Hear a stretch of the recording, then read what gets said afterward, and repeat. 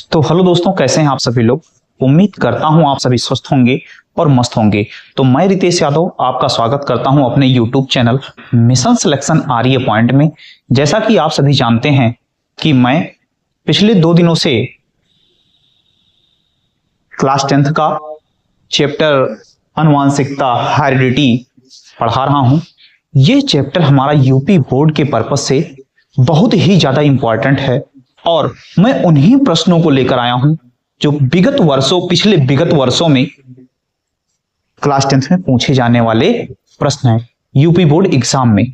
तो आप सभी लोग इस वीडियो को बहुत ही ध्यानपूर्वक और अच्छे से समझिएगा मेरे प्रिय विद्यार्थियों, जिससे आपका एग्जाम अच्छे मार्क्स से क्रैक हो सके। तो बिना देरी किए हुए हम अपने कंटेंट पे या टॉपिक पर चलते हैं और आप सभी को बताते हैं। जैसा कि आप सभी लोगों ने देखा आनुवांशिकता, मैंने मेंडल के बारे में बखूबी वर्णन किया है कि मेंडल जी कहाँ के रहने वाले थे और मेंडल ने अपनी पूरी शिक्षा कहाँ से प्राप्त की, जिसके बारे में मैंने आप सभी को समझाया है। ठीक, अब हमारा अगला टॉपिक जो होता है वह हमारा टॉपिक ये है कि डीएनए, गुणसूत्र और जीनोम क्या है। अब हमारा प्रश्न कह रहा है कि डीएनए, गुणसूत्र और जीनोम क्या है। तो मेरे प्रिय विद्यार्थियों, आइए हम सभी लोग इसके ऊपर चर्चा करते हैं कि डीएनए क्या है, गुणसूत्र क्या है और जीनोम क्या है। जैसा कि आपको बता दें, अगर हम लोग डीएनए पर चर्चा करना स्टार्ट करें तो हमारा टॉपिक कुछ ये हो जाएगा कि डीएनए का सबसे पहले फुल फॉर्म कि DNA deoxy ribo nucleic acid है। यानी इसका फुल फॉर्म जो होता है, डीएनए का full form deoxy ribo nucleic acid. यह एक रासायनिक पदार्थ है। क्या है वह? एक रासायनिक पदार्थ है जिससे मिलकर के ये बने होते हैं। आगे कह रहा है जिसमें हमारे शरीर की पूरी आनुवांशिक जानकारी होती है। अब अगर डीएनए क्या है, तो डीएनए एक प्रकार का क्या है, रासायनिक पदार्थ है जिसमें हमारे आनुवांशिक पदार्थ की पूरी जानकारी होती है या हमारे शरीर की पूरी आनुवांशिक जानकारी होती है। और यह बताता है, क्या बताता है कि हमारी आंखों का रंग कैसा होता है, हमारा कद, बाल कैसा होगा। डीएनए कोशिका के न्यूक्लियस में पाया जाता है। डीएनए कहां पाया जाता है? देखो, हम सभी लोगों ने क्लास 9th के आप सभी लोगों ने क्लास 9th में पढ़ा होगा कोशिका। कोशिका में आप सभी लोगों ने देखा होगा न्यूक्लियस, केंद्रक, और इस केंद्रक में ही पाए जाते हैं कुछ इस प्रकार से। और इसमें क्या, जैसे और भी कोशिका के अंदर विभिन्न प्रकार के पदार्थ पाए जाते हैं, जैसे माइटोकॉन्ड्रिया। तो अगर हम लोग कोशिका को जूम करके देखें, न्यूक्लियस को जूम करके देखें, तो कुछ इस तरह से उसमें धागे नुमा संरचना दिखाई देगा, जिसको क्या कहते हैं, न्यूक्लियस कहते हैं। क्या कहते हैं? न्यूक्लियस। इस पे कुछ इस तरह से टॉपिक बना होता है जिसे प्रोटीन कहते हैं। क्या कहते हैं? प्रोटीन कहते हैं। और यदि हम बात करें, जो ये बॉन्ड होती है कुछ इस तरह से बनी होती है और यहां से इस पार्ट को अगर हम अलग करें तो इसी प्रक्रिया को जीन कहते हैं। क्या कहते हैं? जीन। अब क्या हुआ, जो जीन होते हैं ये को 2 श्रेणियों में रखा गया। नंबर 1 प्रभावी, दूसरा अप्रभावी। जो जीन होते हैं ये माता पिता से संतानों में ट्रांसफर होते रहते हैं और कुछ अप्रभावी होते हैं, उसके लक्षण हमें दिखाई देने लगते हैं। जो अप्रभावी होते हैं उसके लक्षण हमको दिखाई नहीं देते हैं। कैसे? जैसे मैंने एक पिछली वीडियो में बताया कि ऐश्वर्या राय की आंखें ब्राउनी या ब्लू हैं। अब उसके संतान की आंखें वैसी नहीं हैं। तो इससे हमें यह प्राप्त हुआ कि ऐश्वर्या राय से आने वाले जो जीन थे वो क्या हो गए, उसमें अप्रभावी हो गए, जिसकी वजह से नहीं दिखाई देती है। पर जो उनके फादर के थे, अभिषेक बच्चन के थे, वो प्रभावी हो गए, जिसकी वजह से वो दिखाई देने लगे। तो जीन हमारे शरीर में होता है, बल्कि क्या, प्रभावी और अप्रभावी लक्षण से छुपे होते हैं। तो डीएनए की अगर हम बात करें, डीएनए का क्या कार्य होता है, डीएनए क्या है, तो डीएनए डीऑक्सीराइबो न्यूक्लिक एसिड है, वह एक पदार्थ है, वह एक रासायनिक पदार्थ है जो हमारे शरीर में, हमारे पूरे शरीर की आनुवांशिकी की जानकारी रखता है। ठीक, और हमारे माता पिता से आने वाले लक्षणों को वो किसमें, हम में, या माता पिता से आने वाले लक्षणों को संतान में प्रदर्शित करने का कार्य करता है, दिखाने का कार्य करता है। ठीक, आगे आते हैं हम लोग। अगला हमारा टॉपिक क्या हो जाएगा, अगला हमारा टॉपिक हो जाएगा गुणसूत्र। कि गुणसूत्र क्या है, गुणसूत्र क्या है। चलिए हम सभी लोग बात करते हैं कि गुणसूत्र क्या है। तो गुणसूत्र डीएनए से बनी हुई संरचना होती है। जो गुणसूत्र होता है वो डीएनए से बना हुआ संरचना होता है। यह डीएनए को लपेट कर और व्यवस्थित करके रखता है। जो गुणसूत्र होता है वो डीएनए का एक संरचना है और यह डीएनए को लपेट करके और व्यवस्थित करके रखने का कार्य करता है। मनुष्यों में अगर हम बात करें तो 23 जोड़ी यानी 46 गुणसूत्र होते हैं। गुणसूत्र कितना होता है मनुष्यों के अंदर, मनुष्यों के अंदर गुणसूत्र 23 जोड़ी यानी 46 गुणसूत्र पाए जाते हैं। अगला कह रहा है गुणसूत्र न्यूक्लियस में पाए जाते हैं। गुणसूत्र कहां पाए जाते हैं, यदि आपसे प्रश्न पूछ लिया जाए गुणसूत्र कहां पर पाए जाते हैं तो बता दो गुणसूत्र न्यूक्लियस में पाए जाते हैं। कहां पर पाए जाते हैं, न्यूक्लियस में पाए जाते हैं। अगला जीन। चलिए अगर हम जीन की बात करें कि जीन क्या है, तो जीन क्या है, तो जीन अगर बात कर लिया जाए जीन क्या है, तो जीन डीएनए का एक छोटा सा भाग होता है। जो जीन होता है ये डीएनए का एक छोटा सा भाग होता है।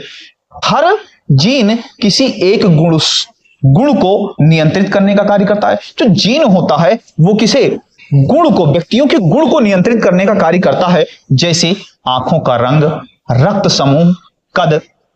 अब इसको हम लोग कह सकते हैं कि माता पिता से जो संतानों में लक्षण आते हैं, चेहरे का रंग, आंखों का रंग, कद, इन चीजों को कौन नियंत्रित करने का कार्य करता है, जीन नियंत्रित करने का कार्य करता है। जीन माता पिता से बच्चों में जाते हैं, यानी माता पिता से जीन किसमें जाते हैं, बच्चों में जाते हैं। यानी कि जो जीन है ये डीएनए का एक छोटा सा भाग है। क्या है, एक छोटा सा भाग है। अगर हम इसे समझने के लिए या आसान भाषा में इसको प्रयोग करें तो डीएनए, गुणसूत्र, जीन ये क्या है, ये गुणसूत्र डीएनए से बना होता है। जो गुणसूत्र होता है वो डीएनए से बना होता है और डीएनए के छोटे भाग को जीन कहते हैं। क्या कहते हैं, जीन कहते हैं। जो डीएनए है, कौन, जो गुणसूत्र है, ये गुणसूत्र ये किससे बना होता है, डीएनए से बना होता है। और जो जीन है ये डीएनए का एक छोटा सा भाग है। क्या है, एक छोटा सा भाग है। आगे हम लोग टॉपिक पे चलते हैं। देखिए यहां पे प्रदर्शित किया गया है क्या, कि अब इस तरह से 1 नंबर का यूपी बोर्ड के एग्जाम में एमसीक्यू प्रश्न में पूछा जा सकता है कि गुणसूत्र किसे कहते हैं। डीएनए और प्रोटीन, डीएनए प्लस प्रोटीन से मिलकर गुणसूत्र बनता है। क्या बनता है, गुणसूत्र। और केंद्रक के अंदर धागे जैसी संरचना में गुणसूत्र होता है। कौन होता है, धागे जैसी संरचना में गुणसूत्र होता है। जैसे यहां पे देखो दिखाया गया है डीएनए की संरचना को। डीएनए की संरचना कुछ इसी तरह से होती है। जो आप होता है डीएनए का संरचना कुछ इस तरह से होता है जिसे आप सभी लोग देख सकते हो, और आगे भी मैंने पिछले वीडियो में, पिछले स्लाइड में दिखाया है। ठीक, तो इस तरह से संरचना होता है। आगे ये कह रहा है, ये प्रश्न क्या कह रहा है समयुग्मजी और विषमयुग्मजी क्या होता है। ठीक, तो अगर हम लोग समयुग्मजी या विषमयुग्मजी की बात करें, देखो अगर समयुग्मजी की बात करें, जब किसी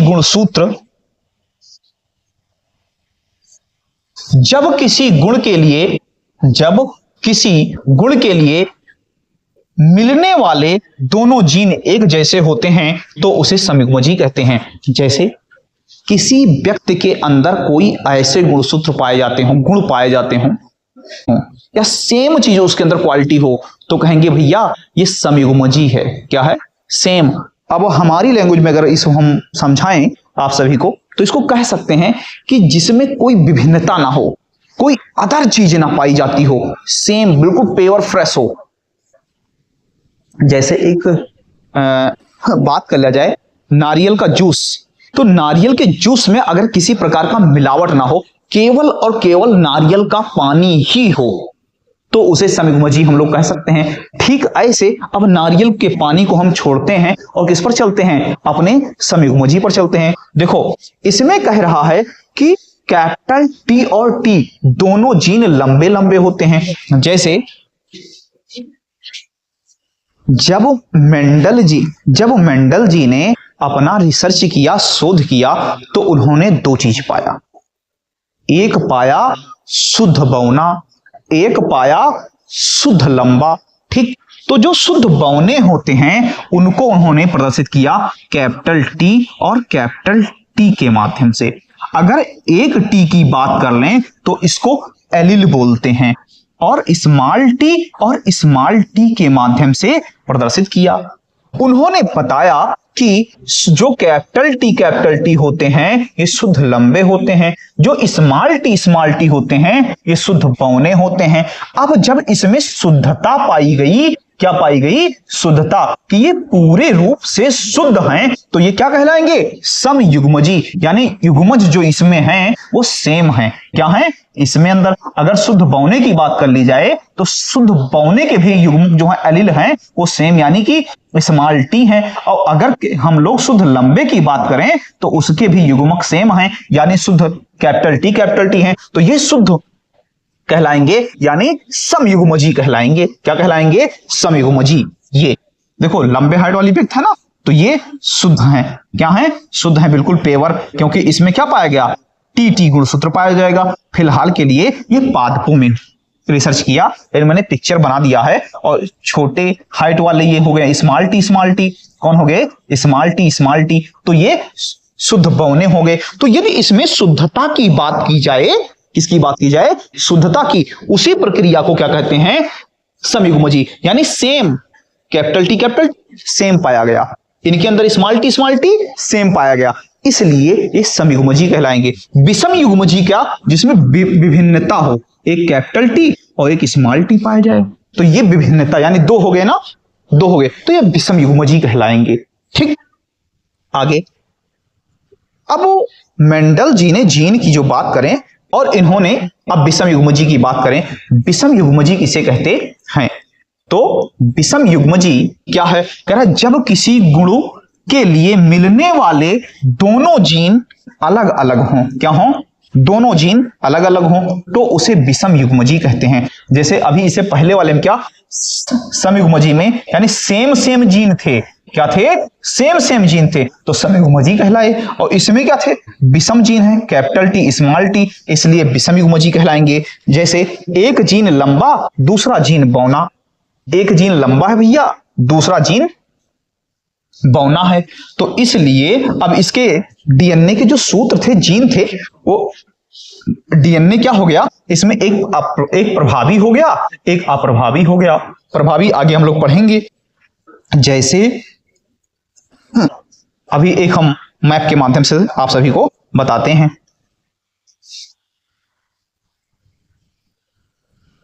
यही बता दे रहे हैं। जैसे देखो मेंडल जी ने कैपिटल टी और स्मॉल टी को लिया। ठीक, अब इसका इन्होंने युग्मक कराया, किसे? क्रॉस कराया कैपिटल टी और स्मॉल टी से, तो इनको प्राप्त हुआ एक कैपिटल टी आया और एक स्मॉल टी आया। दूसरे को इन्होंने क्रॉस कराया तो इससे भी एक कैपिटल टी एक स्मॉल टी आया। फिर इन्होंने कराया तो एक कैपिटल टी और एक स्मॉल टी पाया। फिर इन्होंने कराया तो एक कैपिटल टी और एक स्मॉल टी पाया। तो इसमें इन्होंने देखा, ये प्रथम पीढ़ी में करवाया। क्या? प्रथम पीढ़ी, तो इसको कह सकते हैं पीढ़ी नंबर 1, ये क्या हो जाएगा, फैमिली, इसको बोल सकते हैं फैमिली पीढ़ी 1। ठीक, तो इन्होंने प्रथम पीढ़ी में जब करवाया तो इन्होंने सारे लंबे प्राप्त किए। क्या प्राप्त किए, लंबे प्राप्त किए। तो जब लंबे इनसे जो संतान उत्पन्न हुए वो लंबे हुए, तो इससे अब क्या, जो स्मॉल टी वाले गुण थे वो क्या हो गए, अप्रभावी हो गए। क्या हो गए, अप्रभावी। ऐसा नहीं कि इनके अंदर नहीं है, हैं, लेकिन वो अप्रभावी हो गए और इनके अंदर छुपे हुए हैं। अब मेंडल जी ने पीढ़ी नंबर 2 में इन्होंने किया, पीढ़ी नंबर 2 में तो इन्होंने क्या किया कि एक ले लिया, किससे, capital T capital small T capital T small T, इस वाले दूसरी वाली पीढ़ी से ले लिए।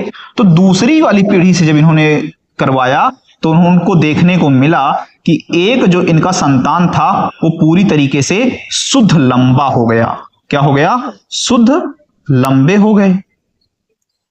और दूसरी में इन्होंने फिर करवाया, किससे, स्मॉल टी और कैपिटल टी से। तो इन्होंने क्या पाया कि ये लंबे हैं लेकिन ये संकर हैं। क्या हैं, संकर हैं, यानी मिश्रित हैं, मिश्रित हैं। एक कैपिटल टी और एक स्मॉल टी हो गया। ठीक, फिर इन्होंने करवाया तो इसमें भी एक कैपिटल टी और एक स्मॉल टी इनको प्राप्त हुआ। क्या हुआ, एक कैपिटल टी एक स्मॉल टी, तो ये भी संकर हो गए। अब स्मॉल टी और स्मॉल टी से करवाए तो अगली पीढ़ी में इनको अगली फैमिली में देखने को मिला, फैमिली F2 पीढ़ी कर दिया गया। इसे क्या कर दिया गया, F2 पीढ़ी। तो इनको ये देखने को प्राप्त हुआ कि अगली पीढ़ी में जो इनकी संतान हुई वो एक शुद्ध बौना हुआ और एक शुद्ध लंबा हुआ और 2 संकर प्राप्त हुए। तो इसको ही 3:1, 3:1 आया, यानी कि 3 लंबे और 1 इनको शुद्ध बौना प्राप्त हुआ, है ना। इस तरह से कुछ बने। आगे हम लोग देखते हैं। तो ये संकर कहिए मिश्रित हो गए, तो यानी विषम युग्मजी, जिसमें मिश्रण पाया जाए विषम युग्मजी कहलाते हैं। मेंडल का प्रयोग, चलो यहां पे मेंडल के प्रयोग के बारे में एक्सप्लेन मैंने किया है। कह रहा मेंडल ने मटर के पौधों पर प्रयोग किया और ऊंचाई लंबाई बौने गुण को चुना। यानी मेंडल ने क्या क्या चुना, ऊंचाई चुना, लंबाई चुना, यानी बौनापन चुना और लंबा चुना। जो शुद्ध लंबे पौधे थे उनको कैपिटल टी से प्रदर्शित किया, जो शुद्ध बौने थे उनको स्मॉल टी से प्रदर्शित किया।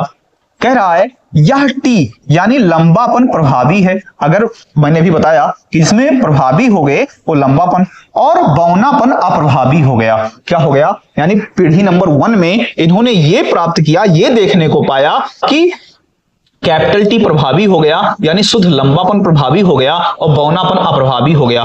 पीढ़ी नंबर 1 में इन्होंने जब क्या करवाया, क्रैश कराया, तथा सभी संतान विषम युग्मजी हो गए। जितने भी संतान थे सारे विषम युग्मजी हो गए।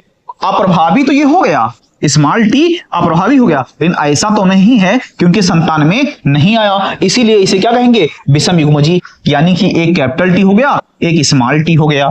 ठीक, और सभी पौधे लंबे होते हैं। क्या होते हैं, क्योंकि प्रभावी गुणसूत्र दिखाई देते हैं। पीढ़ी नंबर 1 में इन्होंने ये पाया कि फैमिली नंबर 1 में कि सारे लक्षण कैपिटल टी के प्रभावी हो गए, स्मॉल वाले अप्रभावी हो गए। तो इन्होंने पाया कि सभी पौधे लंबे प्राप्त हुए, जितने पौधे प्राप्त हुए वो सब लंबे प्राप्त हुए। दूसरा इन्होंने ये पाया, क्या इन्होंने पाया, दूसरी पीढ़ी जब कराए कैपिटल टी और small T, capital T small T से करवाए तो एक शुद्ध लंबा प्राप्त हुआ, 2 संकर प्राप्त हुए, एक शुद्ध बौना प्राप्त हुआ। तो यानी इनमें लक्षण जो है, फिनोटाइप जो इनको प्राप्त हुआ, क्या प्राप्त हुआ, फिनोटाइप्स, यानी लक्षण के अनुपात जो आए वो क्या आए, 3:1 आया। इसको कहते हैं फिनोटाइप। अब जो जीनोटाइप इनको प्राप्त हुआ, क्या प्राप्त हुआ, जीनोटाइप, वो 1:2:1 प्राप्त हुआ, यानी एक शुद्ध लंबा प्राप्त हुआ, जीनी गुणसूत्र, यानी शुद्ध लंबे हुए और 2 संकर हुए और एक शुद्ध बौना हुआ। क्या हुआ, एक शुद्ध बौना प्राप्त हुआ। क्या प्राप्त हुआ? शुद्ध बौना। तो 3:1 जो हुए उसे फिनोटाइप्स कहते हैं, और जो 1:2:1 आया उसे जीनोटाइप कहते हैं। ठीक इस प्रकार से मेंडल ने बताया कि प्रभावी और अप्रभावी गुण अलग अलग रहते हैं, और गैमेट बनाते समय अलग हो जाते हैं। यानी ये गुणसूत्र जो होते हैं वो अलग अलग होते हैं, लेकिन गैमेट्स बनाते समय ये क्या हो जाते हैं? अलग अलग हो जाते हैं। इसी को वियोजन का नियम, यानी इसी को वियोजन का नियम कहते हैं। क्या कहते हैं? इसी को वियोजन का नियम कहते हैं। मेरे दोस्तों, मेरा टॉपिक था, अगला वीडियो हम बहुत जल्द लाने वाले हैं। तो आप सभी लोग यदि हमारे वीडियो को देख रहे हैं तो आप सभी लोग हमारे वीडियो को सब्सक्राइब कर लीजिएगा, और जिससे आप सभी लोग अच्छे नंबर प्राप्त कर सकें। तो बिना देरी किए हुए आप सभी लोग हमारे चैनल को सब्सक्राइब करें, ताकि बोर्ड एग्जाम के पर्पज से जितना भी क्लास 10th का साइंस है मैं बहुत जल्द खत्म करने वाला हूं, ताकि जब तक तुम लोग का एग्जाम आएगा उससे पहले मैं खत्म कर दूंगा मैराथन चला करके।